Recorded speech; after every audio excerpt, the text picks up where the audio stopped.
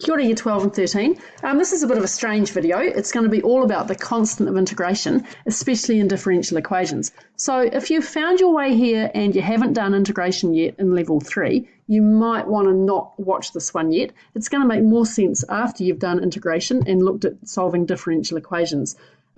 We often wave our hands around with the constant of integration, and we get quite good at doing some quick simplifying tricks. But in this video, I want to go back to the very start and look at why we don't really care about the constant of integration sometimes. So think back to when you first learned how to anti-differentiate.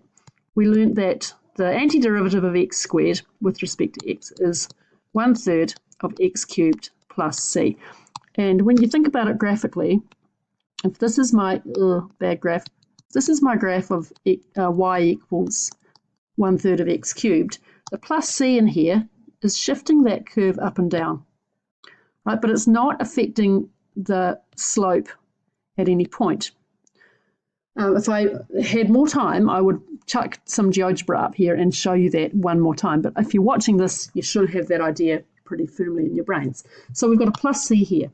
When we anti-differentiate this one, we get 1/4 x to the power of 4, and we do plus c again.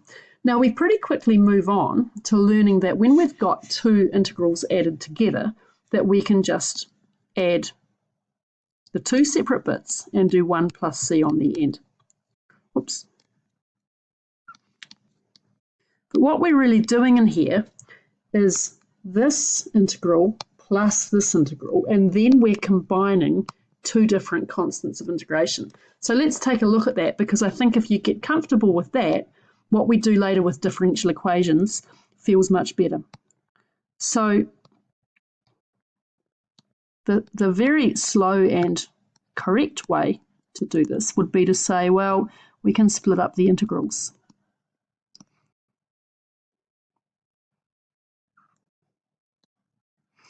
And then for the first one, we get x cubed on 3 plus c.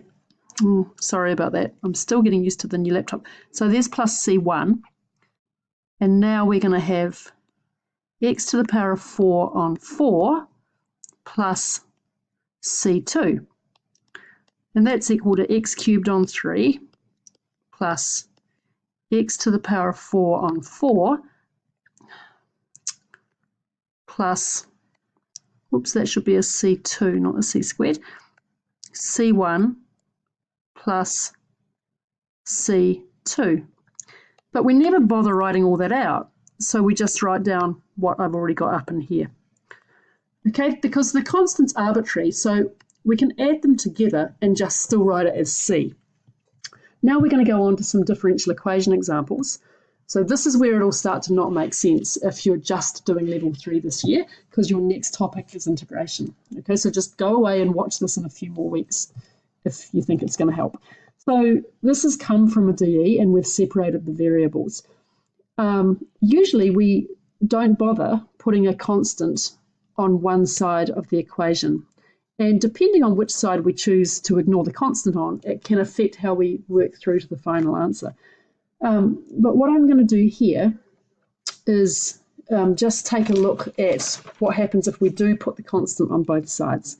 So just think about anti-differentiating this, and we'll get x squared on 2 plus c, and I'm going to call it c1 again.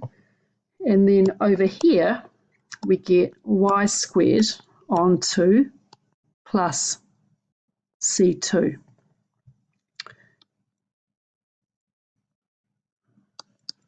I can rewrite it like this. So this is the first interesting thing about the constant of integration. Here, I'm going to combine these.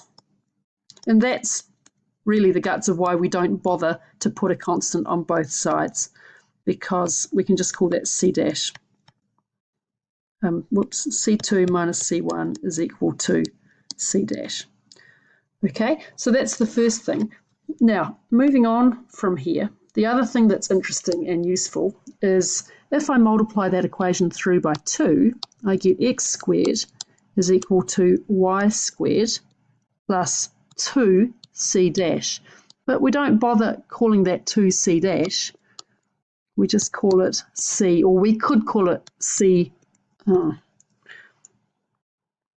I'm waiting for one of you computer geniuses to tell me what is going wrong with my new laptop, by the way, why it's doing the skippy thing. Okay, so that's what we get there. So you can see that we've multiplied through by 2 and we've still got a constant. So we don't really care except that it's a constant. So once you get fluent with doing these, what you're going to write here is x squared equals y squared. You might change it to a plus k, or you might just leave it as plus c. If I were doing it, I would just keep leaving it as a plus c. It just doesn't matter. It's a constant and it's arbitrary until we get some information in the problem. Okay, on to the next one, which is I want to look at 2 different ways to solve this differential equation. Okay, so the first thing we'd do here is we will separate the variables. We're going to get the w's together. So 1 over w is equal to k dt. And then I integrate both sides.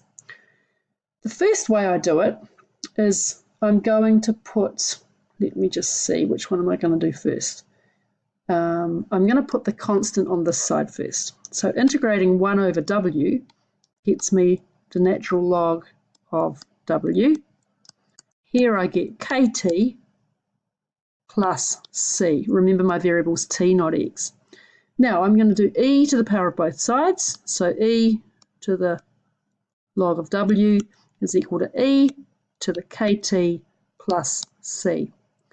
On this side, because these things are inverses, I get w. I can lose my absolute value signs because I know that over here this is positive now. Okay, but I'm not focusing on that right now. Here, because I've got the same base, I can split that expression into 2 bits like this. So this is e to the power of kt, and this is e to the power of a constant. Now, e to the power of a constant is still a constant, so I can write that as capital A times e to the kt. Right, so we can think of A is equal to e to the power of c. And then I'm going to get given some information about whatever this question actually was one about maggots. So I'm going to get told about how many maggots there are after a certain length of time. Okay, so the constant has changed form. Right, and that's quite a common thing that happens with differential equations. The other way that we'll get to the same point is if we start putting the constant on the other side. So if we've got this,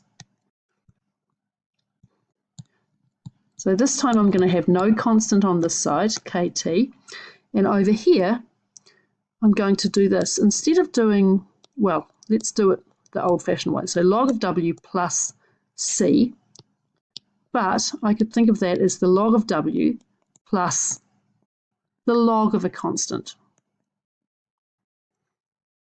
Right, again, I can transform this to this without anything going bad. Now I can add them together, and I'm going to get the log of CW is equal to KT.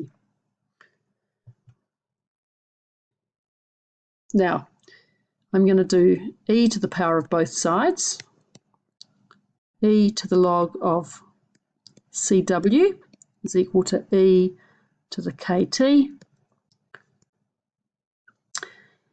And that gives me CW is equal to e to the KT. Now, I just want to have W, so I'm going to divide through by C. Now, this might be a good time for you to pause and just compare the working on the two sides and see that I'm about to end up getting exactly the same thing. So I'm going to now rewrite this 1 over C as A. It's just a constant. It's been transformed, but its exact value is going to come from somewhere else in the problem. Okay, so there are two quite different ways to end up getting this. So in here I could write that A is equal to 1 over C. So there you go. Okay, so that's already 9 minutes of video. That's tons long enough. I'm not going to go through the last example that's on the next slide. Please could you let me know if this made any sense or if this made everything worse. So just send me a quick email or leave me a comment. Thanks for watching.